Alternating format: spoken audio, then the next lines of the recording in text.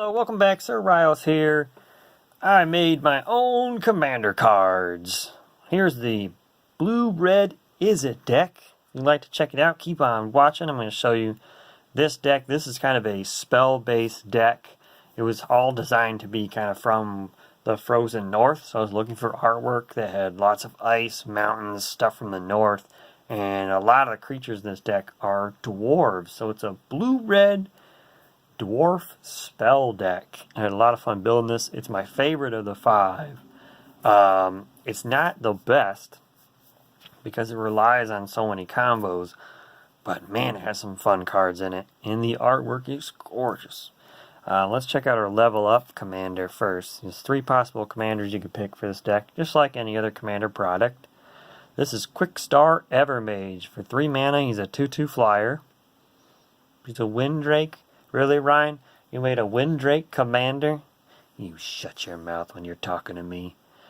I want to make what I want, alright? It gets better. You can level it up and start drawing cards. And it's a 3/3 flyer. That's good, right? So, 2/2 flyer, not going to put it in a commander deck. 3/3 flyer with tap draw card? That might make it in. Get up to level 5, it has Shroud. 5/4 flying tap draw card Shroud. Now that sounds like a commander. You just gotta level them up. That's all you gotta do, folks. You can do it. You can do it. Proudfire, Arcane Scorned. This guy got slammed by some magic in the past, and now he's back, and he's not gonna get slammed again. 7 mana, you're fatty. Elder Dragon, legendary, 6/4 flying, flash. A commander with flash. I love it. If Proudfire Arcane Scorned is the target of an instant or sorcery spell, you may redirect that spell to another creature you control. If you do, you may copy the spell and choose a new target that is not legendary for the target. Here's how it works. Someone plays a spell and they're going to kill your creature. You play Proudfire. Now you can redirect... Oh wait, if he's the target of an instant... Sorry. It's been a while since I read my own cards, right? So if he's the target, so he comes into play. If someone plays a spell that targets him, which your opponents aren't going to do it, because nothing would work, because you can just redirect to one of your own creatures and copy it and slam one of their creatures. That's how he works. So if you hit him with a spell, you can hit 2 other creatures. You can hit 2 of your own, or 1 of yours and 1 of your opponents. Kind of does wacky things. I don't know if there's a magic card that does it. Flavor text, every scar is a spell that failed to fell the great dragon. See, he's just like, I looked at artwork and I was like, those could be magic runes, but I feel like they're scars. Excuse me. Gilbrew, the Frostsmith. 4 mana for a 2/4 haste.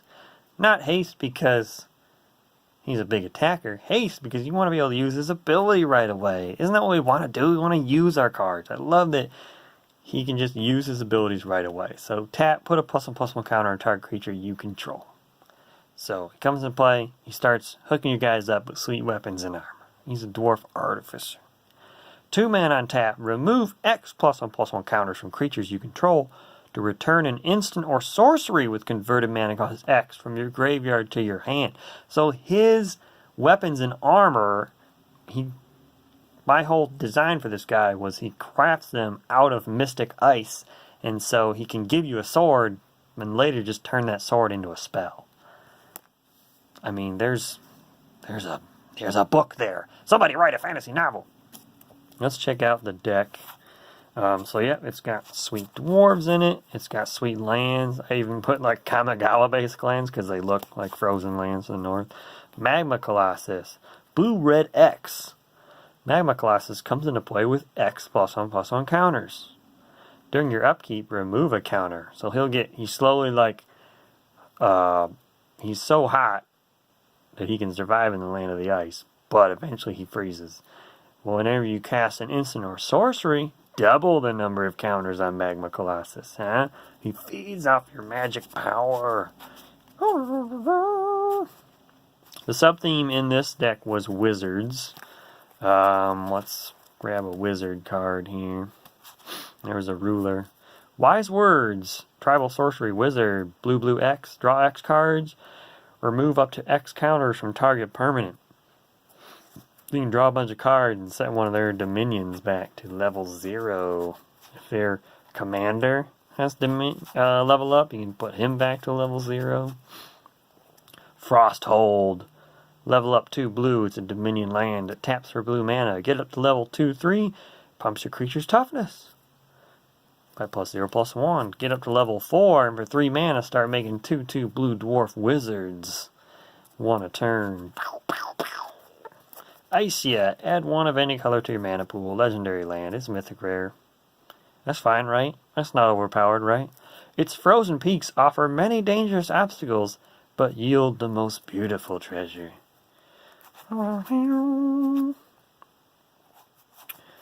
There was a sweet card right at the beginning here, and the members just going like, oh my gosh. Here it is. Instant for 5 mana, Epic Betrayal. Gain control of target creature until end of turn. Untap it, and it gains +2/+2, Myriad, and Haste until end of turn. So if you don't know what Myriad is, it was in a commander product, and there was an equipment that could give creatures Myriad, and then there was a creature in each of the 5 colors with Myriad. And when that creature attacks a player, the Myriad mechanic creates a token that's a copy of that creature. And each token, you create a token for each opponent, and then each token attacks a different opponent. So whenever a creature with Myriad attacks, essentially that creature attacks every single one of your opponents. So with Epic Betrayal, this is like an act of treason card. You get to steal one of your opponent's creatures, but then it attacks all your opponents. Very fun, very fun. And you can get enter the battlefield triggers. You can just steal something massive and slam everybody with it. That's a lot of fun. Frost Giant Tyrant. 5/5 for 5 Titan Ruler. When Frost Giant Tyrant comes into play, destroy another target ruler. Can't heal, only 1 ruler. Sack a land, change the target of a spell targeting him to any other. So yeah, living in the Frozen North is rough, but he can protect himself by sacking the lands around him. Icy Plateau. I just like some of the names for some of the cards. Shifting Entities. A Holding Mage. You know what that does, right? That's control. It's going to shut down your opponents. Mistress Saru, the Wonder Mage. 4 mana for 3 loyalty planeswalker. +2. Counter the next spell that would be cast by an opponent this turn. So, kind of protects you on your turn. -1. Discard a card. If you do, deal 3 damage to target creature or player. So, yeah. She can turn anything in your hand to a lightning bolt. Not bad. -7. Exile an instant or sorcery from each player's graveyard. You may then play those cards without paying their mana costs. Ridiculous. So, I love this. It's got a dwarf on it. It's got the Frozen North. The flavor is there. Look at him. He's reclaiming the throne. This is a blue spell that reanimates. 3 and 2 blue, sorcery. Put a creature from your graveyard into play. That creature is a ruler in addition to its other creature types. How freaking cool is that? Flavor-wise, that's just... I know it's not like a ridiculous card. There's so many reanimate spells, and 5 mana is really the cheapest you can get. But just to have one in blue is so unique and cool. And for a blue-red deck to have reanimate effects is just something you don't see. When Draga ascended the steps to reclaim the Dreamfrost throne, no one whispered a breath. Even the chilling winds fell silent. Like, what an epic moment that creates. Oh, man. I like Magic. There's a story in every card. I mean... so cool. Rush Current, Scourge, Defended Bridge. For 2 mana, it's an artifact. Return Defended Bridge to your hand. Target unblocked attacking creature deals no damage in combat this turn. Some spells had flashback in here, so you could pop them off twice. Commune with the Frost Gods. 2 white-red sorcery. Draw 4 cards, then discard a card. Commune with the Frost cards deals damage to you and target creature and opponent controls equal to the card's converted mana cost. So draw a bunch of cards. Draw 4 for 4 is good. And you get to take a creature out. So yeah, that card's going to cost you some life, but I think it's well worth it. Any more dwarves, people? Oh, some dominions, right? Ice Palace. Level up.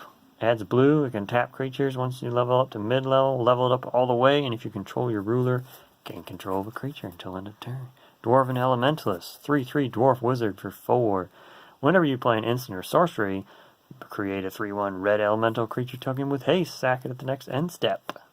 Whenever you play a wizard spell, put a +1/+1 counter on a creature you control.